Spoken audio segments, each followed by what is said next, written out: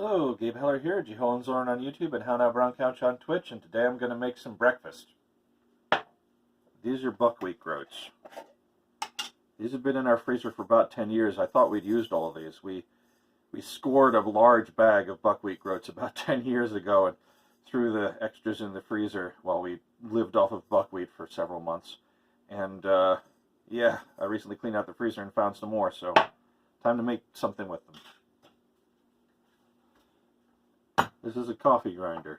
I'm going to make some flour out of this.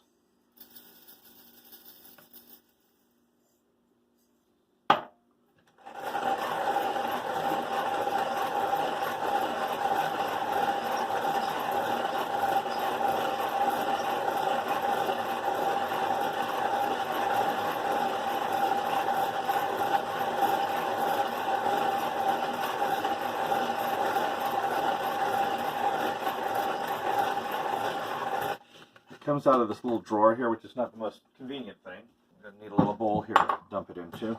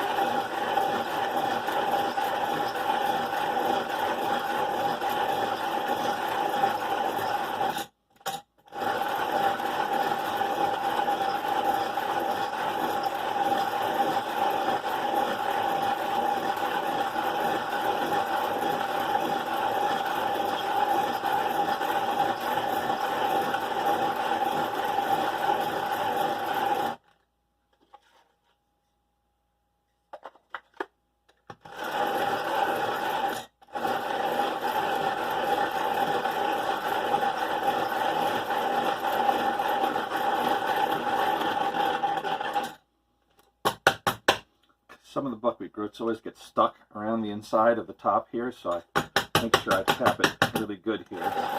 This is not the only thing we use this for grinding. We don't drink coffee, but we do also sometimes grind with spices and pepper and stuff in this. And so I want to make sure I get all the buckwheat groats out of it so they don't get in the next thing that I'm grinding.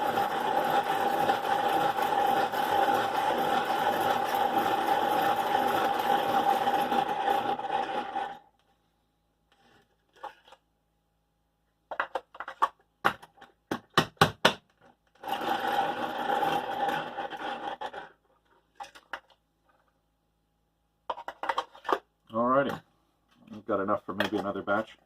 So the thing that I most like to make with buckwheat is waffles. You can make pancakes and you can make galettes, and there are a few other things you can do with buckwheat flour, but personally I really like waffles. But the thing is, we've got a kind of an old waffle maker. It's technically meant for making Belgian waffles, and the non-stick surface on it doesn't work like it used to. So we're going to need some fat to use in here. I'm going to get out some bacon and use some bacon fat for that.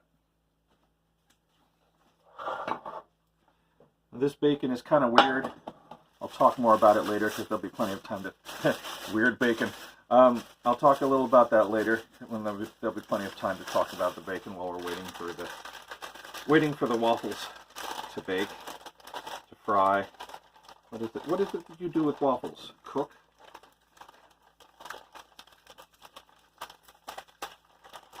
And I'll explain why the bacon is so weird at that point. Yeah, that's probably enough bacon.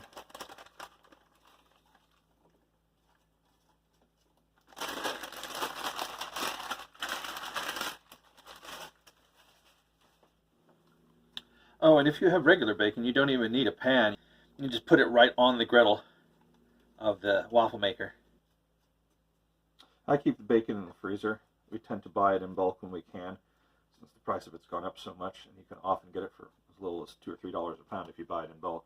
I don't know if this will be visible, but there's the flame from the burner.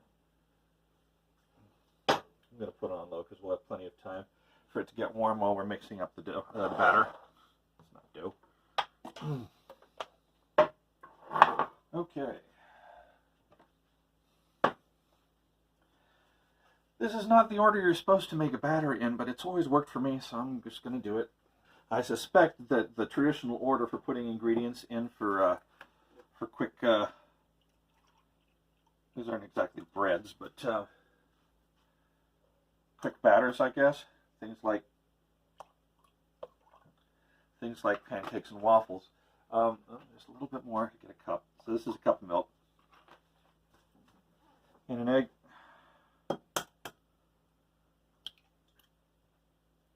I suspect that the traditional order for putting ingredients into batters comes from a time when all flour had to be sifted.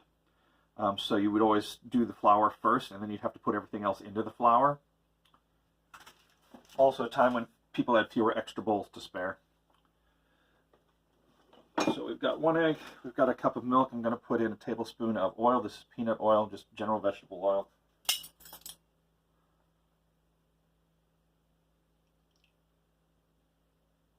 There we go. I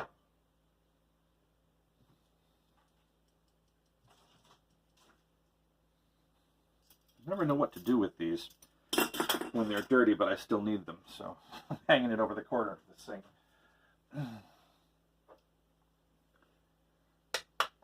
And half teaspoon of salt. This is an emulsifier and it'll help break up the oil. There we go. Normally I would use a whisk for this, but my whisk is dirty, so I'm going to use a chopstick.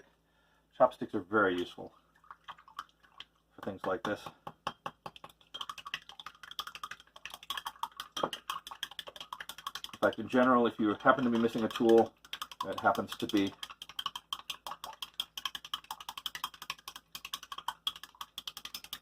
dirty, or you can't find it, it's amazing how useful chopsticks can be. I'll be using them later in the video anyway.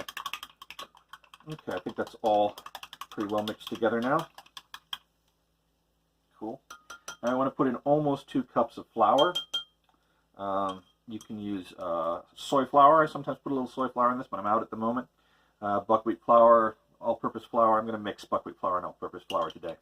I want 7/8 of a cup. Also don't know where to put this while it's dirty. Guess it's there for now. Okay. It's a 1/4 cup.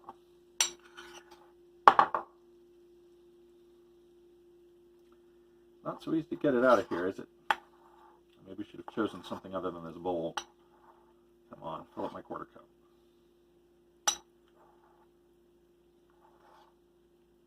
Okay, I think that's full. 1/4 cup.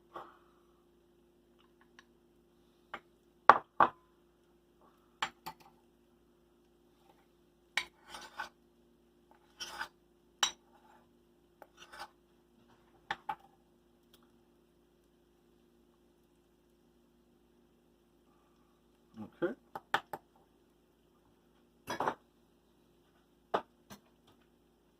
Got some all-purpose flour here. Fill the rest of the way up.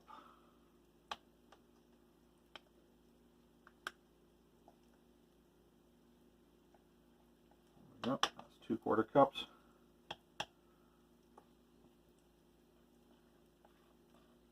Three 1/4 cups.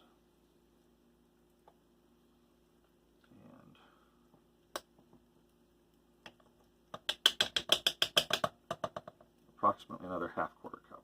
There we go. Cool.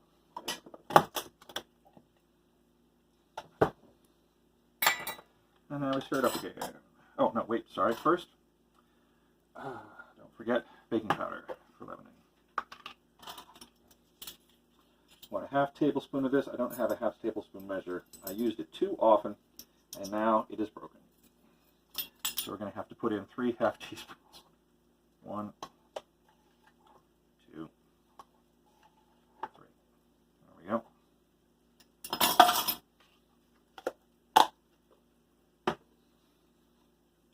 I'm going to mix the solid ingredients around a little bit on top first before I mix it all into the liquid. And here we go.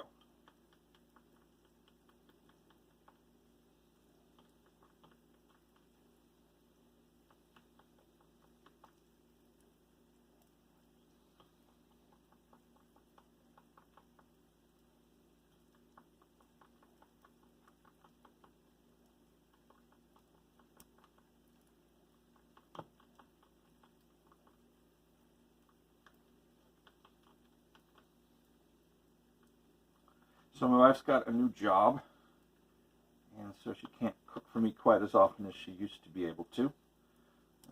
So I'm getting back into doing the cooking that I know how to do, which is like waffles and pizza. I might do a video on pizza later, but for now, I figured I'd start smaller and start with waffles.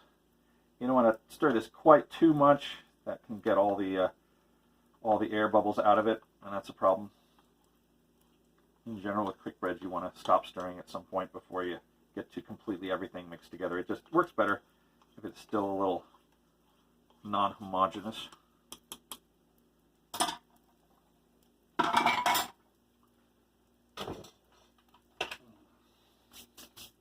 All right, let's start this heating up.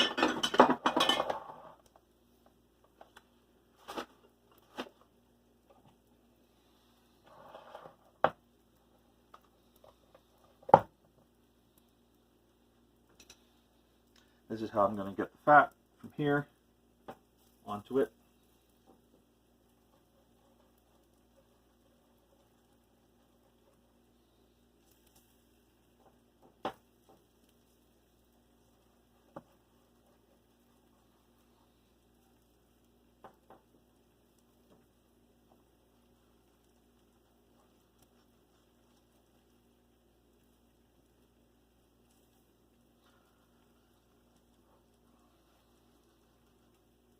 All right, now I just got to wait for the light to turn off and it'll be ready. I've got somewhere, I thought I had, nope, guess I don't have it. Must still be dirty from the last time I made this. Here I have another 1/3 cup measuring cup. I find that using a 1/3 cup works pretty well for this. A lot of the batter will stick in it, so you end up putting about a 1/4 cup in anyway if you start with a 1/3. Also, then you don't have to have it like heaping full and dripping. Let's talk a little bit about this bacon.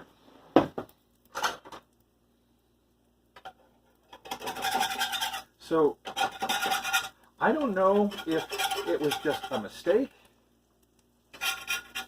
or if there's another way of smoking meat that I'm just not used to, I didn't grow up with, and it just tastes bad to me.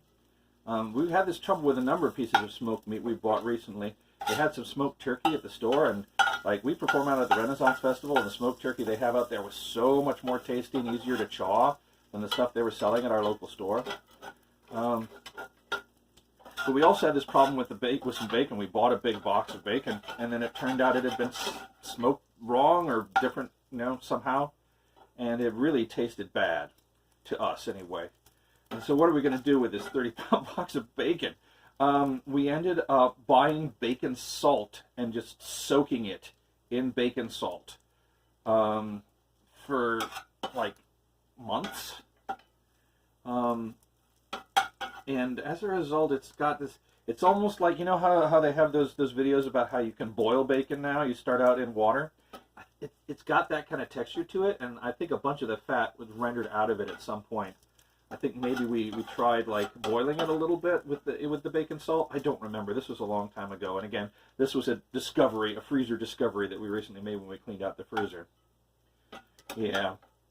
So it's okay now. It's not really good. I had a whole idea about a video I was going to make about bacon, and then I realized that like if everyone found out what I know about bacon, it could lead to like the death of American bacon.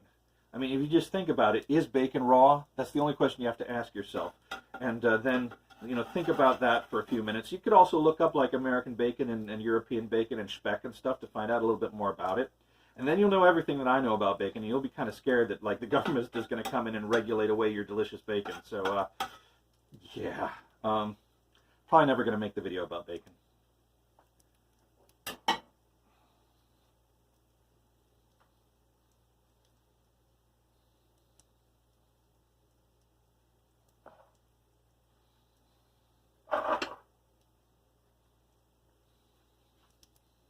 The story behind the buckwheat is kind of interesting. About 10 or 12 years ago, I wanted to know, oh, here we go. Time to start the waffles.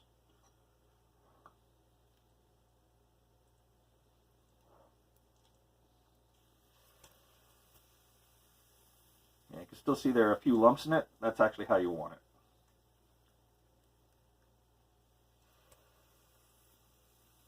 And you're making a quick bread or a quick batter, whatever you want to call this. It's being raised with baking powder. Yeah, that's how you want it. So yeah, so then these buckwheats. I was trying to find a way. We have this gigantic silver maple tree out front of our house, and I figured I could probably make maple syrup from it. And I kind of knew how to do it, but I figured I'd see if I could find out a little better how to do it. And I found out there was this course that was being offered at this house in South Minneapolis. And so I went there, and they were, tapping trees, and I got to help tap trees, and I got to help boil down syrup. But they were also doing a lot of gleaning, both urban and rural gleaning. That's when there's food there that the farmer doesn't have a way of harvesting himself, like all of his machines have already been through, but there's some left on the ground or something. Or you couldn't get enough labor to harvest it normally, and so they'll like donate it to like food shelves and stuff. But somebody's still got to come pick it, and if you come and pick it, then you get some of it as well.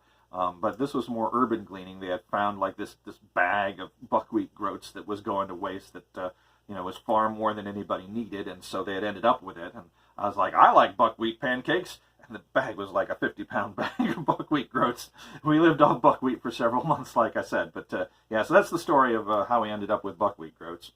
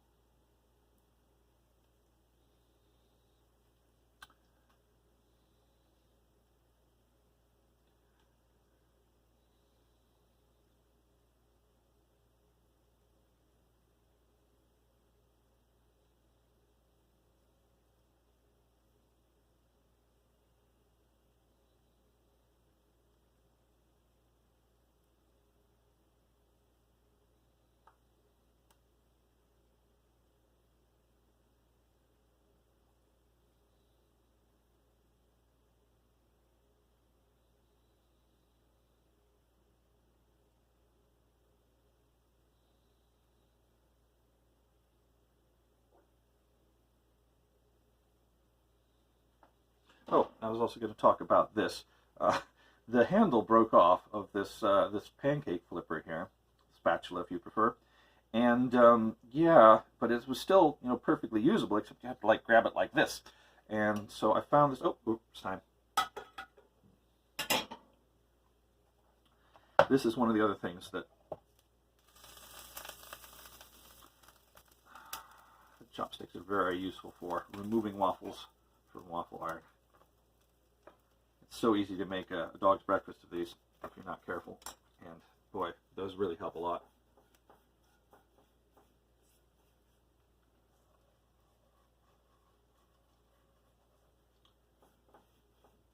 It may seem like I'm putting almost no oil on here, no fat, but it really just takes a very thin layer of it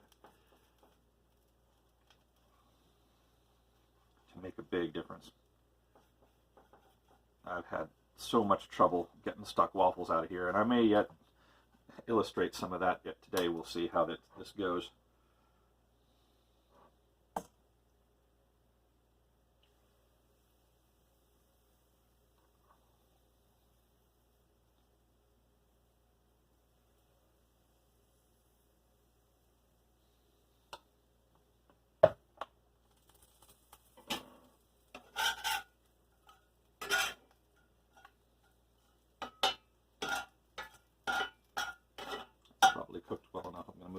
center of the pan. Turn it down real low. I still want to be able to get it this fat though.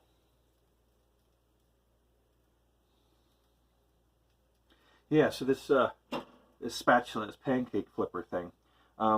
So I drilled a hole in the very end of it. That took forever. This stainless steel is really a tough customer. And I didn't have a drill press at the time.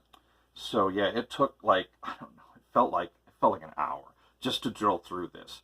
But then I found this old copper pipe and an old nut and bolt, put it together, and we now have a working backup pancake flipper. The other one's dirty now, so I'm using the backup.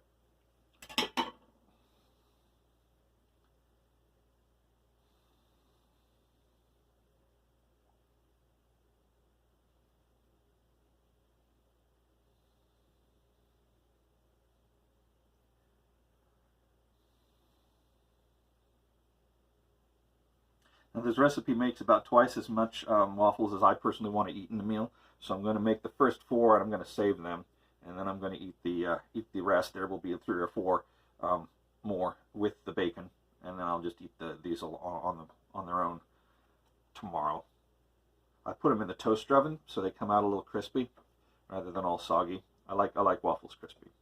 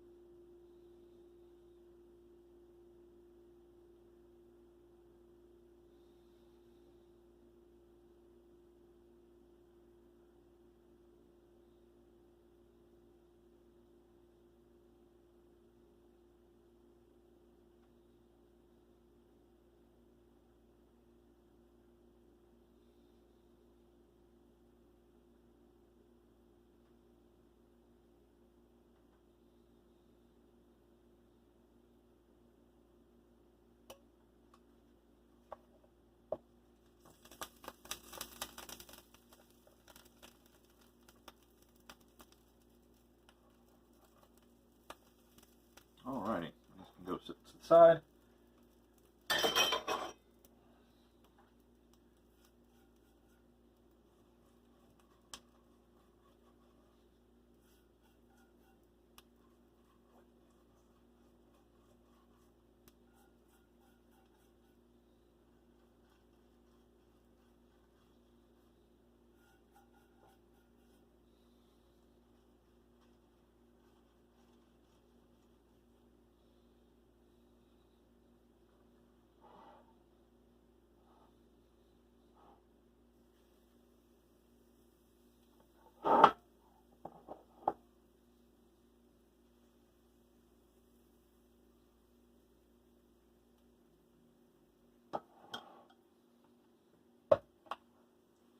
Well, it's time to go get the plate I plan to eat off of.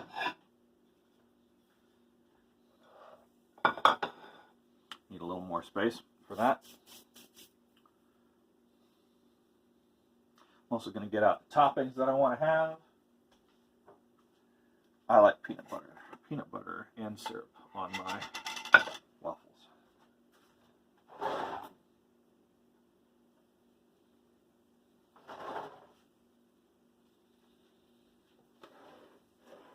I seem to be out of butter knives.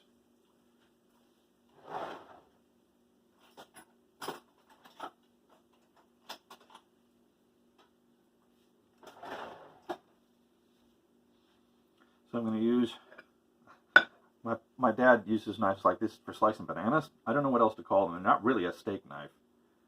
Kind of a, I don't know, multi-purpose serrated knife. This, I drained the peanut oil off the top but that means that it's not very smooth, so I kind of have to cut it up into little pieces, put it on things. So I'm going to just do that ahead of time here.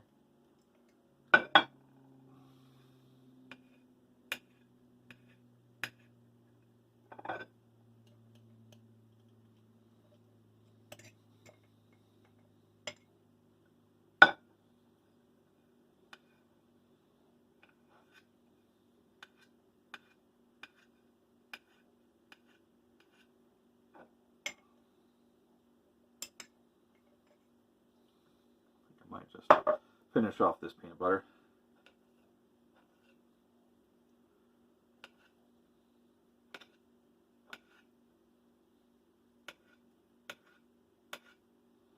And that might be enough for 4 waffles.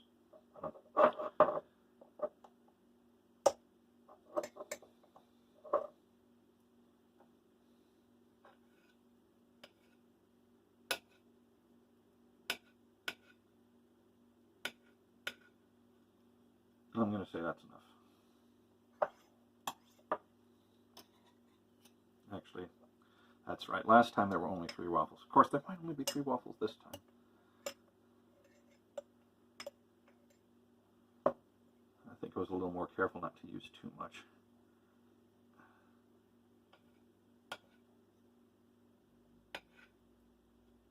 I suppose I can always put some of these back if there's too many. Okay, hey, just in time.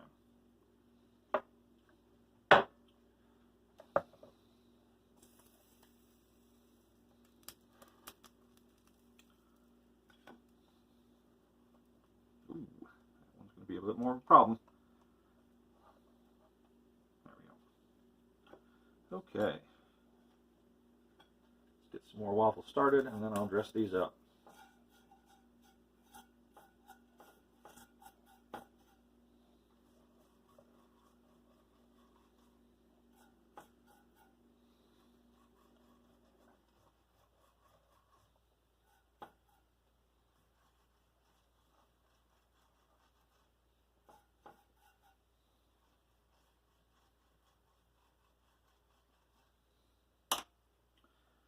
Okay, and this is where chopsticks, well, actually, they'll be useful, but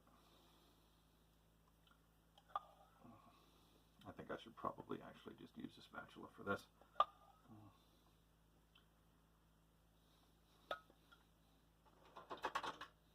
Sometimes I try and clear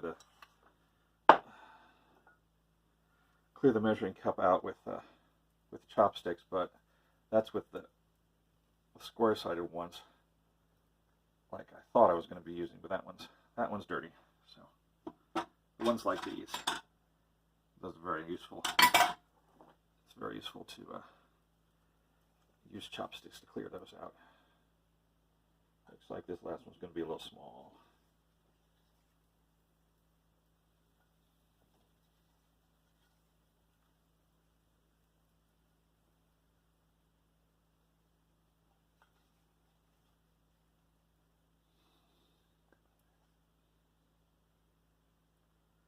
But I'll have the bacon this time, so I won't be hurting for food. Alrighty.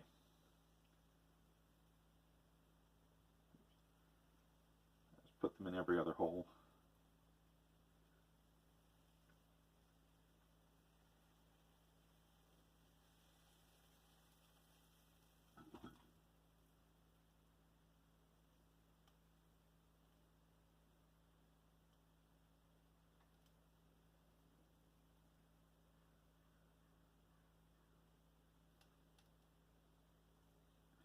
That's going to be plenty.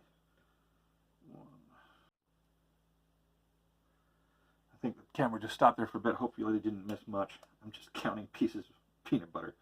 1, 2, 3, 4, 5, 6, 7, 8, 9, 10, 11, 12. That ought to be enough. The rest of this can go back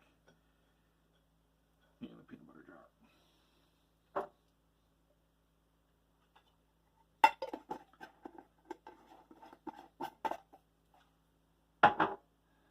Did the light not turn on again? Maybe it took me too long. Now I'm not certain when this will be done. So this is what I'm using for syrup. I've been watching an off that says maple syrup, and we do make maple syrup from our tree, like I was mentioning.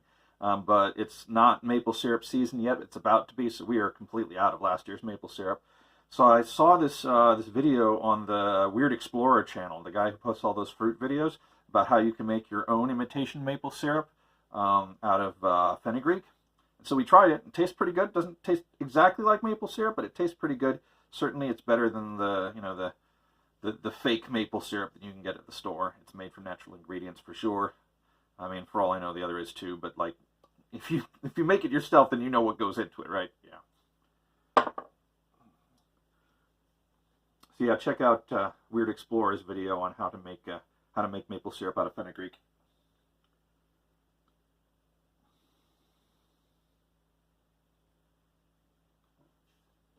Turn off that. How's it looking? I'm going to give it a little bit yet.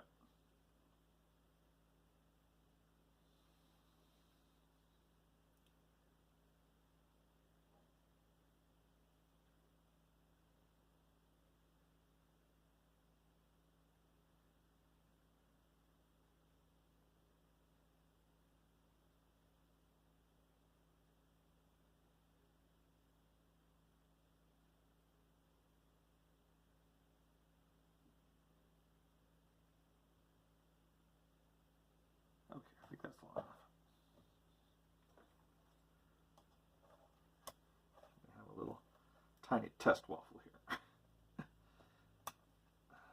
Yeah, that looks about right. Okay, cool. That's waffles.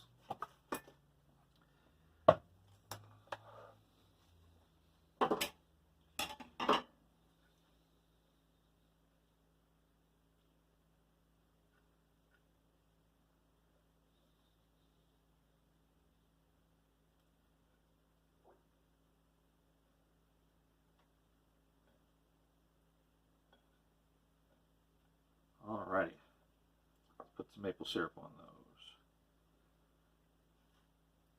Some fake maple syrup, but at least it's homemade fake maple syrup.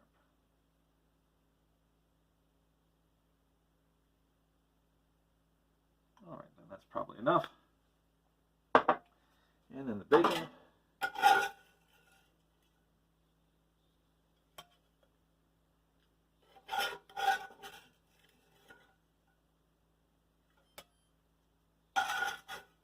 How many times have I told you, dishwasher? We've already had your video. Come up with some new trick other than not being able to count, and maybe I'll make another video about you. And then to drink with it, I'm going to have another thing that we make. I haven't had a lot of luck growing rhubarb, but my parents have a lot of luck growing rhubarb, so they have usually more than they can use. So for my parents' rhubarb, we've been making this. It's a rhubarb drink. And sometime, maybe I'll do a video on how we make that. It makes a good breakfast drink. One more thing I want to show you before I take a bite. So, you know, after you've been brushing oil and fat all over this, it can get down into it, and it can solidify. I haven't had it like short anything out yet, but it's gross, and you don't want that to happen. So once this is cooled down sufficiently, I'm just going to take this. I'm going to sit it on its corner there, and this is all high temperature plastic anyway. And then any fat that might have gotten down into this thing will drip out into the pan, and then I won't have to worry about, like, 2 years from now accidentally bumping this and it dripping oil all over the, or fat all over the counter. All right, bon appetit.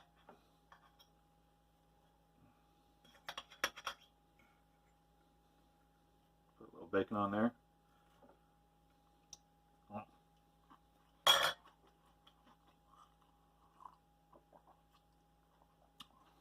Waffles for breakfast.